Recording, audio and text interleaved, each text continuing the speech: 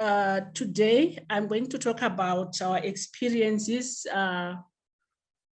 of working with a regional movement here in Southern Africa. It's called the Southern Africa Rural Women's Assembly. This is a movement of women, most of them from the rural areas.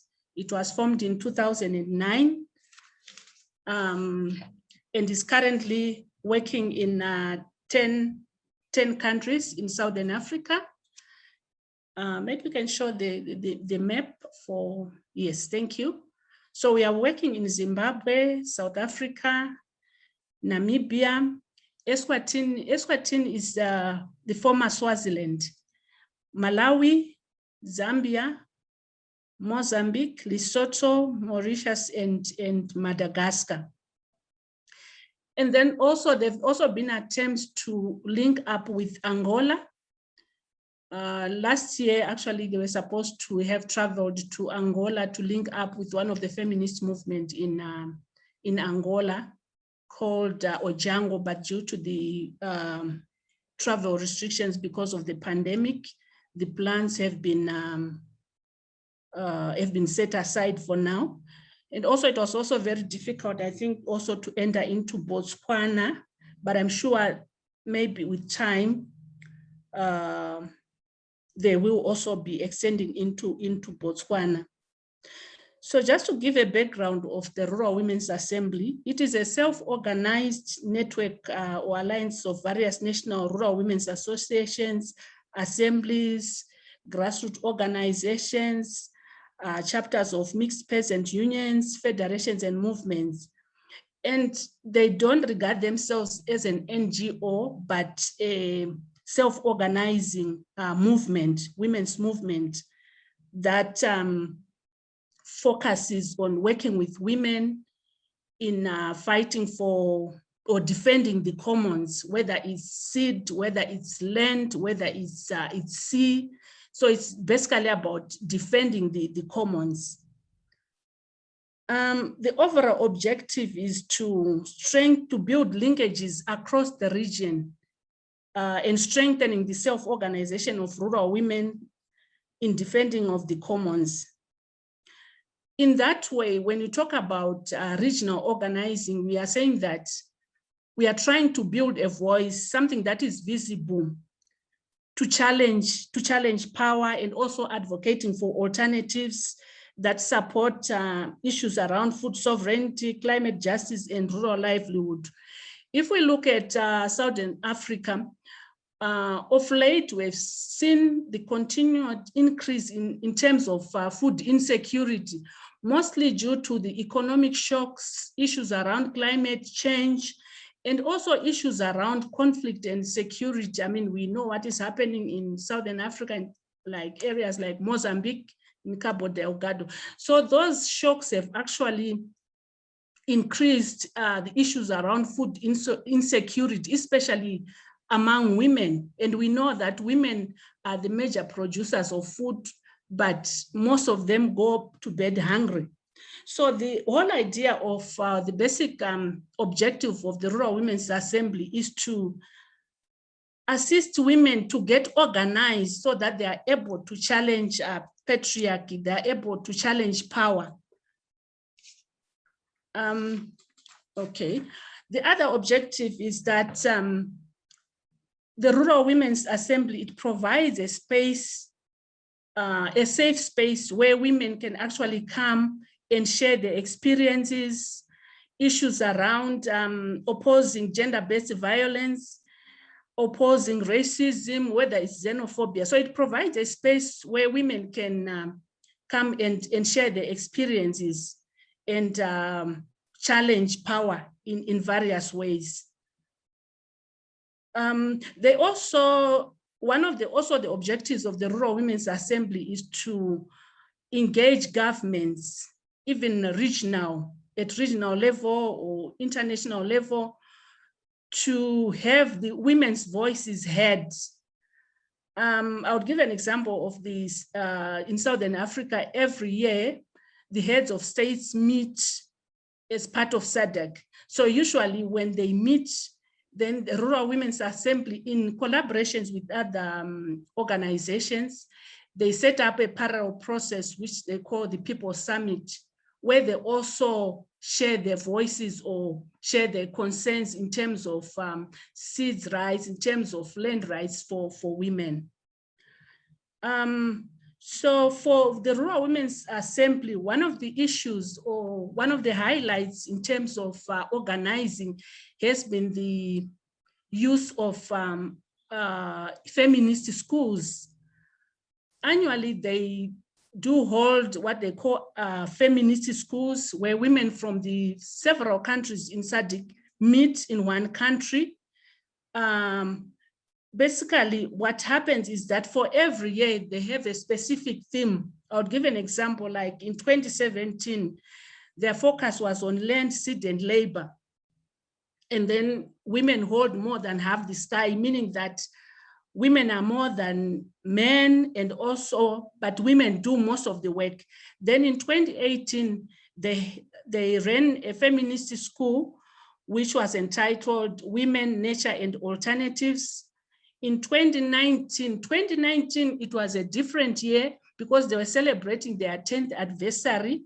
It happened in Johannesburg, and we saw almost about 450 women coming together in Johannesburg to celebrate their achievements for the past 10 years. What was also interesting was that some of them, they came in caravans, in buses, but on their way to Johannesburg, they made stops within the various areas and communities, raising awareness among communities on specific issues. I mean, it could be around the seed, the promotion of indigenous seed. So it was quite a remarkable space in 2019 when they celebrated their 10 years anniversary. Then last year, they had another feminist school, which was called entitled Feminist Leadership in a Time of Pandemics, Violence, and Territory. This was also in response of the COVID-19. So it provided a space where women came together to look at some of the implications of what has been happening around COVID. What are some of the issues that came up, issues around gender-based violence, and to try to strategize in terms of how then do we respond to such issues. So I'll maybe just take you through what a feminist school looks like. On the screen, we have a picture, normally a picture of women. Normally they have when they start the feminist school, the first day is they come together and do what they call a mystica. I think this is Latin America, but it's more like having a spiritual message. It can be in the form of poetry, it can be in the form of a song, or it can be dance, but basically it's a way of telling her story. So let's say if they want to talk about land, they will ask maybe one country to think about anything they want to share around land. So basically the whole idea is to make that interconnectedness between people, the us part, bringing the women together. So it forms one of their main highlights actually every day when they do this. It's quite interesting. You see the level of innovativeness, the level of innovativeness that they bring to the table. So I would like to refer back to the 2017 school that focused on land, seed, and labor. Women hold more than half the sky. The whole idea was to connect seed to land, to hear stories.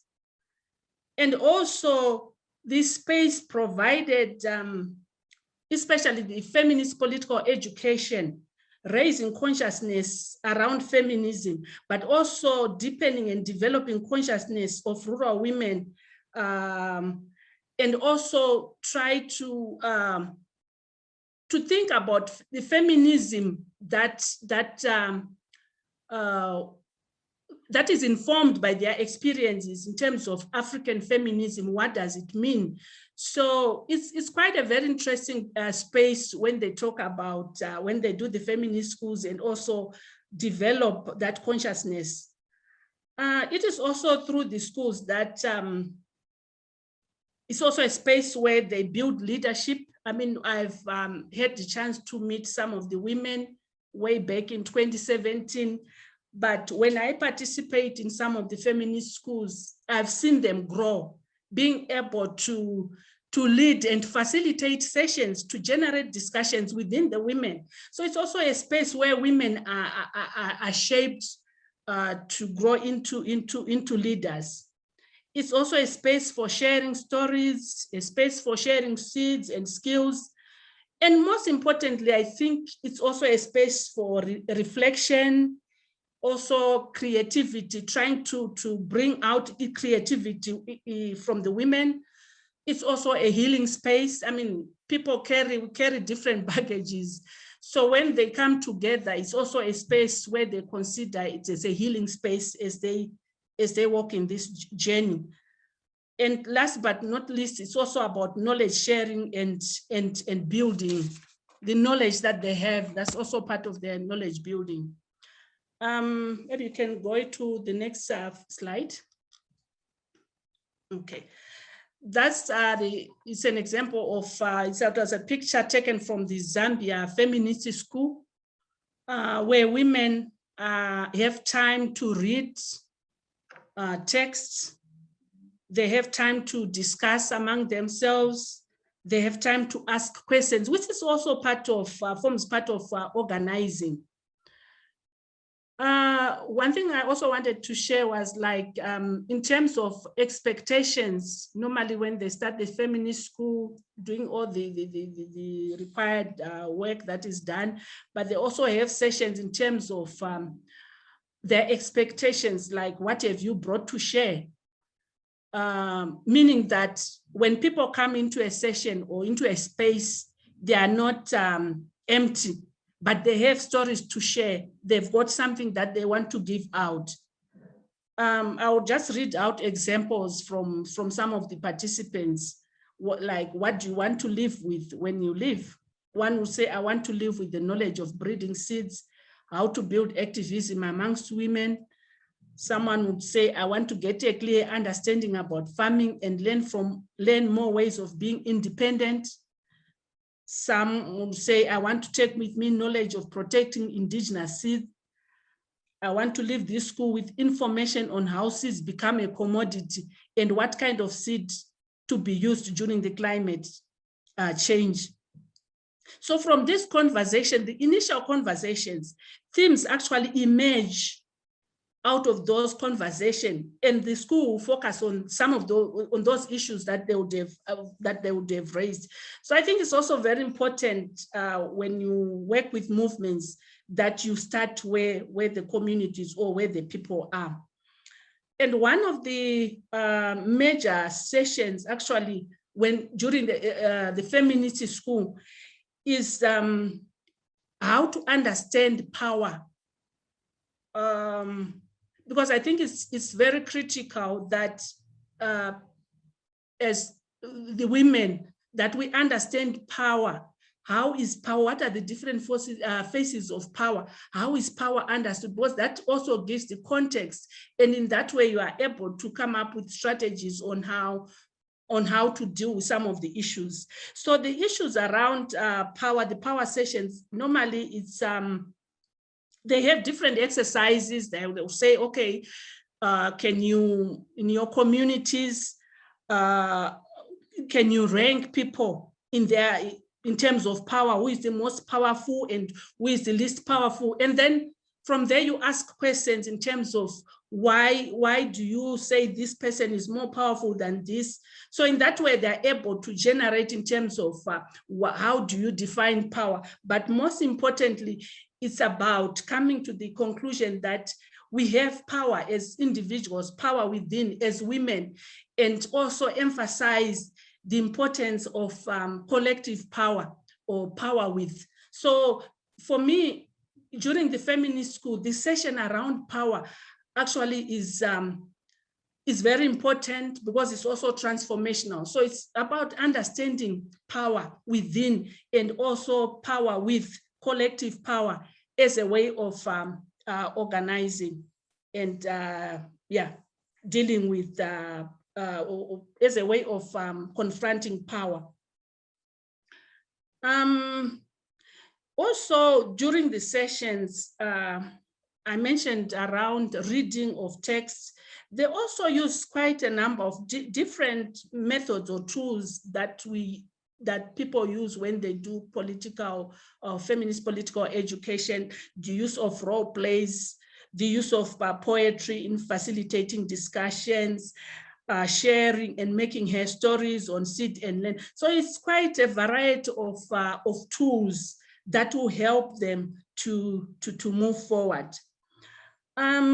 Also, other than that, they also have outside activities where they say they call teach-in sessions, where they share skills. I mean, I attended the 2019 the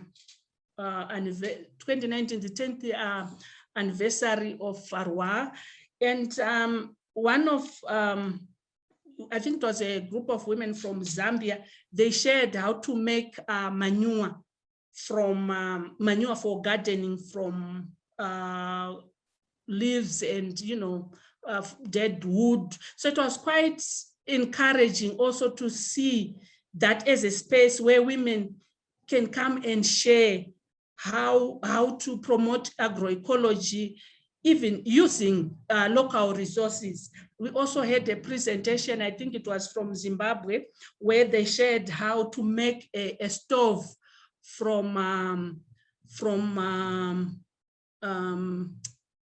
earth, and also a stove that uses less wood. You don't have to chop trees, but using very small sticks or dead wood that you can collect around. So it provides also a space where people can share. In Namibia, women came and they had baskets, art and crafts. So in a way, it also helps them to learn skills so that they're able to do income generating projects so that they can provide for their families. Maybe you can share the other video. Okay, this is a photograph of Namibia Rural Women's Assembly. This happened last year. As you can see, people are already in masks. What was particular also interesting is that last year when they had their feminist school, because people couldn't travel, so in some countries where the restrictions were a bit lighter, people would still meet and talk about COVID, but they had certain times where they would do online sessions where the 10 countries would come together and report back. So it was also very interesting. And then also linked to that, to feminist schools, when they come together in a regional meeting, then when they go back, then they replicate similar feminist schools at national levels, like Namibia would go back and mobilize women and do the same similar or feminist school they would have done at the regional level. Zimbabwe would also do the same. So it's basically replicating at national levels. Maybe you can show the other pictures. Yes. One also of the highlights is that during the feminist school, they do seed displays where women bring seeds from the different countries, and after the school, then they share the seeds. It's indigenous seeds that they share. Okay, next slide. Okay, that was Zimbabwe doing the COVID awareness and gender-based violence. Because one thing that came also out of the 2020 the pandemic last year, we have seen an increase in number of gender-based violence cases, gendered violations, and countries, the different chapters did a lot of awareness raising around gender-based violence. I know in South Africa, the chapter, the Rural Women's Assembly chapter actually devised an SMS message of a free number where people could just send text and then they would get help. So it's one of the things that they did last year around COVID and gender-based violence awareness raising. Okay, so in terms of, maybe you can show the other videos before I do the challenges. Yeah, okay, that is Rural Women Namibia in an online meeting of 2020. That was the Feminist School, where they would watch proceedings from a screen, interacting with the other sisters from other countries. Next. Okay, that's the Feminist School in Limpopo in South Africa, with the display of seeds, and in the background you can see the work that they've been doing. So the issue around seeds sharing is very, very important for the women. Most of them go back with seeds that they will plant in their gardens. Okay. Okay, having said that, I maybe want to just look briefly at the challenges of regional mobilizing or organizing women. One of the issues that has been confronting Southern Africa is the continued civil society space that is shrinking. We have seen the emergence and the increase in terms of militarization in Zimbabwe. That has actually affected or has impacted women in terms of organizing. So that's one other challenge facing the Rural Women's Assembly. We have also seen the COVID-19 and the gendered violations. Actually, COVID has actually made the inequalities so bare that people have noticed it. We are not saying that inequalities were not there, but they've actually become more visible because of COVID. So that's one of the issues that also they are dealing with.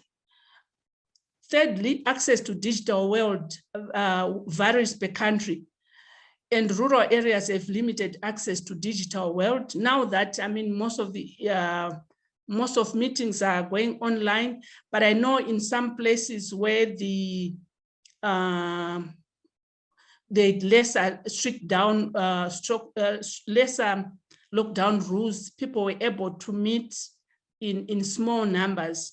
But then when it comes to the digital world, I mean, in rural areas, some have limited access to data, it's expensive. And even the network in some areas, you cannot receive network. So it's also a major challenge. But what is interesting is that the Rural Women's Assembly has been able also to improvise. I mean, we have had cases or instances where women would do meetings over WhatsApp through voice recording, sharing stories through WhatsApp. Then one of the other challenges, the fourth one, is bringing in young women to be part of the movement. This is one of the challenges that rural women is grappling with, that they find very few young women within the movement. But of late, what is also interesting is that we have worked with them. Actually, we've supported them in media work with young women, and there is quite they've shown quite a lot of interest in joining the rural women's movement, but through doing media work. Like last year, 2020, up to today, even on their Facebook page, we have seen a lot of stories, photographs that the young women within the Rural Women's Assembly have been posting on their Facebook pages, on their So I guess maybe it's a good entry point in trying to get them involved in the movement. Then in terms of opportunities, what opportunities are there for regional organizing? One thing that is also visible has been the uniting of movements within the region. As I indicated earlier on, that the Rural Women's Assembly, mostly it's farmers. We also have farm workers that are also part of that movement. But what has been happening is that they've been reaching out to other women who are in precarious working conditions, like care workers, to be part of their movement. So I think it's an opportunity that they're actually using, that for the struggle. It's not one issue that is one best issue, but then there's need to unite struggles. There's need and make the voices heard or visible. Then the other opportunity is the use of feminist political education to deepen the understanding on power dynamics, how patriarchy and capitalism are closely linked. Once the local and broader connection is understood, it becomes easier then to organize in alternative ways to challenge power. Then the last one I think I mentioned is the interest of young women through media hubs. I mean, the more we have young women joining through being actively involved in media work, it's also a plus for the growth of the movement. Maybe you can show the last picture. Okay, this is a picture of the People's Summit in Joburg, where the Rural Women's Assembly, in collaboration with other rural women's movements, come together to talk about their experiences and also lobby the SADC heads of states in terms of issues that around seeds, issues of promotion of indigenous seeds, and other issues that they would want to be taken up by the different governments.